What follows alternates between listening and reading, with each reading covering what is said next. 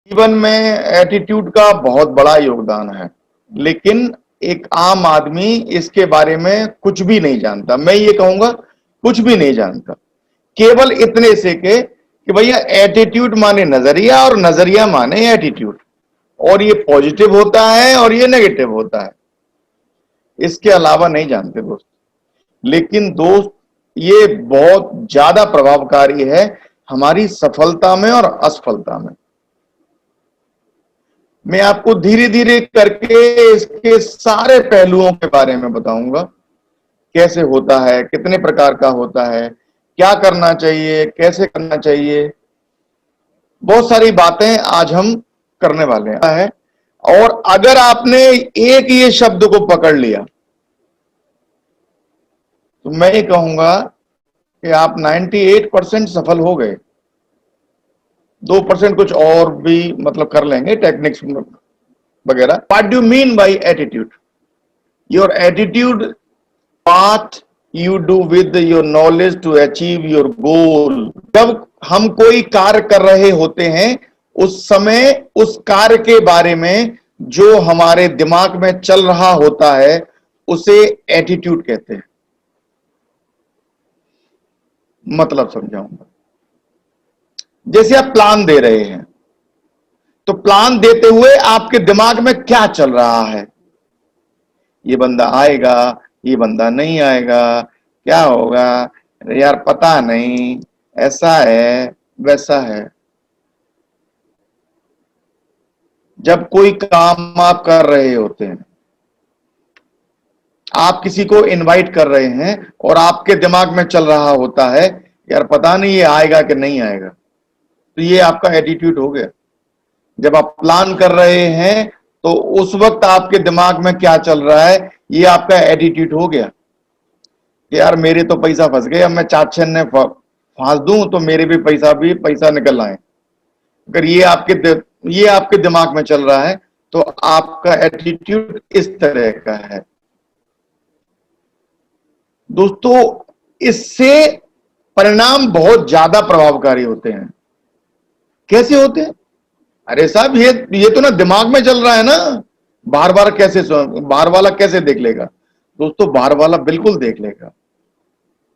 ये एक्चुअल में दिमाग में होते हुए आपकी आंखों में आता है, और जैसे ये आंखों में आता है, सामने वाले को स्पष्ट नजर आता है कि आप उसके बारे में क्या सोच रहे हैं, आपकी क्या थिंकिंग है उस बंदे के बारे में, या उस प्लान के बारे में, या इनविटेशन के बारे में, या फॉलोअप के बारे में, या ग्रुप मीटिंग के बारे में, या तो प्रोडक्ट के बारे में।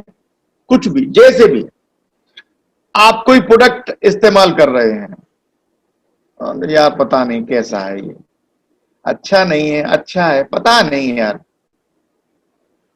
तो ये आपका एटीट्यूड है। इस बिजनेस को क्यों और कैसे करते हैं से ज्यादा महत्वपूर्ण है इस बिजनेस के बारे में हम कैसा महसूस करते हैं, कैसा सोचते हैं। दोस्तों, हम बहुत देर तक यही सोचते रहते हैं कि बिजनेस को कैसे करें, क्यों करें, कैसे करें, क्यों करें, प्लान करें, फॉलोअप करें, कैसे करें, क्यों करें, ड्रीम करें, ड्रीम बनाएं। दोस्तों, आज मैं आपसे स्पष्ट करना चाहता हूं, इस बिजनेस को क्यों करें और कैसे करें से ज्यादा महत्वपूर्ण है इस बिजनेस के बारे में आप सोचते कैसे हैं, आप महसूस कैसा करते हैं। नेटवर्क मार्केटिंग, डायरेक्ट सेलिंग के बारे में आप अंदर से क्या सोचते हैं, ये बहुत महत्वपूर्ण है। इसके अनुसार ही आपके परिणाम आने वाले हैं। यही मिजाज, यही आपका स्वभाव, आपका पोस्चर होता है।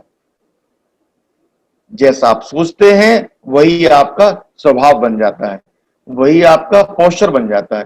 पोस्चर मतलब gesture of your body. Body आपकी करती है वो, तो आपके बिजनेस को आपका एटीट्यूड ही चलाता है। दोस्तों, डायरेक्ट सेलिंग को हम जिस बिजनेस में हैं, यकीन मान लीजिए हमारा एटीट्यूड ही उसको चलाता है। बशर्ते हमें उसको शुरू करने से पहले हमें यह सोचना है कि हम वास्तव में हम उसके बारे में सोचते क्या हैं।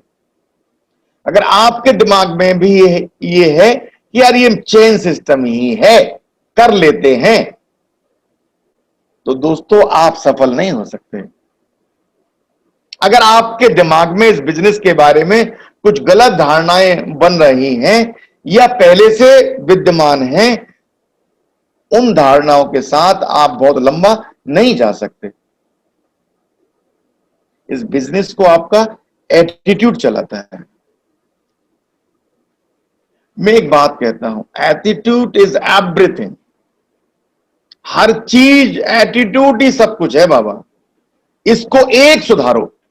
एक गांव में वो एक वो कहावत है ना कि एक साधे सब सधे, सब साधे सब जाए। एक साध लो, केवल एटीट्यूड को पकड़ लो। दोस्तों, कभी इस बिजनेस के बारे में काम आने वाली दो चीजें होती हैं आम जीवन में। जैसे जैसे आप इस बिजनेस के बारे में आगे जाएंगे, दो चीजें काम आती हैं। एक तो बाहरी कारक, जिसे आप देख सकते हैं, भौतिक कारण, आपकी लिस्ट, इन्विटेशन, सीखना, सिखाना, जिनका कि डुप्लीकेट किया जा सकता है, ये बाहरी कारण है। कुछ अंदरूनी का कारण है। वो क्या है? वो है आपकी आत्मा, आपकी भावनाएं, आपके एहसास। इन दो चीजों से मिलकर हमारा ये बिजनेस बड़ा है। 66 लाख रुपया महीना का ये बिजनेस इन दो चीजों से बना है। आप खूब जानते हैं, मैं भी जानता हूं कि हमारा ध्यान कहां रहता है। हमारा ध्यान लिस्ट बनाओ, लिस्ट बनाओ। ये तो करना ही करना है। मैं ये नहीं कह रहा कि ये काम नहीं करना है। दोस्तों, लिस्ट बनाना है, सीखना है, डुप्लीकेट करना है, सही बात है। लेकिन उससे पहले, इन कामों को करने से पहले दोस्तों, अंदरूनी कारक को करेक्ट करना है। आपकी आत्मा अगर बिजनेस के बारे में सही नहीं बोल रही, तो ये बहुत देर तक रिजल्ट नहीं देगा, बहुत ज्यादा रिजल्ट नहीं देगा। आते आते रिजल्ट आपसे छूट जाएंगे। आपकी भावनाएं इस बिजनेस के बारे में सही नहीं है, आपके एहसास अगर इस बिजनेस के बारे में सही नहीं है, तो मैं कहूंगा ये सब बेकार है। लिस्ट बनाना बेकार होने वाला है। इसको करेक्ट करिए। जैसे हमें दिखता नहीं है, आपकी आत्मा, भावनाएं, एहसास किसी को नहीं दिखता बाबा। सामने से तो मतलब किसी को दिखता ही नहीं है। अगर आप असफल नहीं है, तो मेरा ये मानना है कि लिस्ट, इन्विटेशन, सीखना, सिखाना अपलाइन देख लेगा भाई। आप इसको देख लीजिए, क्योंकि इसको अपलाइन भी नहीं देख सकता। कैसे? आपने कभी भी किसी विशाल हिमखंड को देखा है? एक बहुत बड़ा हिमखंड, विशाल हिमखंड कुछ इस तरह का दिखता है, सही है? ये जैसा दिख रहा है वैसा है नहीं। ये क्या है? इसकी वास्तविक स्थिति क्या है, मैं आपको बताता हूं। आप देख रहे हैं, जो हमको दिखाई दे रहा है वो केवल 10% है और 90% नीचे रहता है। समुद्र के नीचे कोई भी हिमखंड 90%, कोई भी बर्फ का टुकड़ा अगर आप पानी में डालते हैं तो केवल 10% विजिबल रहता है, 90% बिलो द सी लेवल रहता है। आप सोचते हैं ये समुद्र के नीचे है यार, ये काय काम का है। दोस्तों, ये बहुत ज्यादा है, ये 90% है। ऐसे ही 10% मैं दोबारा जाऊंगा उसी स्लाइड पे। ये भौतिक बाहरी कारक 10% है, अंदरूनी कारक 90% है। अब ये 90% का प्रभाव हमारे 10% पे कैसे पड़ता है? ऊपर वाला 10% है जो कि सबको दिख रहा है। हमारा बिहेवियर भी सबको दिखता है, हमारा व्यवहार भी सबको दिखता है। लेकिन हमारा व्यवहार ऐसा हुआ क्यों? इसका कारक ये है, हमारे वैल्यूज, हमारे स्टैंडर्ड, हमारे जजमेंट, हमारे मोटिव्स, हमारा एथिक्स, हमारा विश्वास। मैं फिर कह रहा हूं, हमारे वैल्यूज। आपके वैल्यूज क्या है? आपके स्टैंडर्ड क्या है? आपके फैसले कैसे होते हैं? आपका मोटिव क्या है? आपके एथिक्स क्या है? आपका बिलीव क्या है? इसका इंपैक्ट जाता है। अगर ये गलत है, व्यवहार गलत, अगर ये सही है, व्यवहार सही। मैं ये कहूंगा, अगर ये 90% आपने पकड़ लिया तो दोस्तों हमारा ये 10% बहुत शानदार होने वाला है, क्योंकि इसी से वो खराब होता है। अगर नीचे ध्यान नहीं दिया तो ऊपर वाला कभी भी सुधरेगा नहीं। आपका रवैया, ना कि आपकी योग्यता, आपकी ऊंचाई का निर्धारण करता है। दोस्तों, आपकी ऊंचाई का निर्धारण आपकी योग्यता नहीं करती है। योग्य होना चाहिए, लेकिन असली आपकी ऊंचाई का निर्धारण आपका रवैया करेगा, आपका बिहेवियर करेगा, आपका एटीट्यूड करेगा।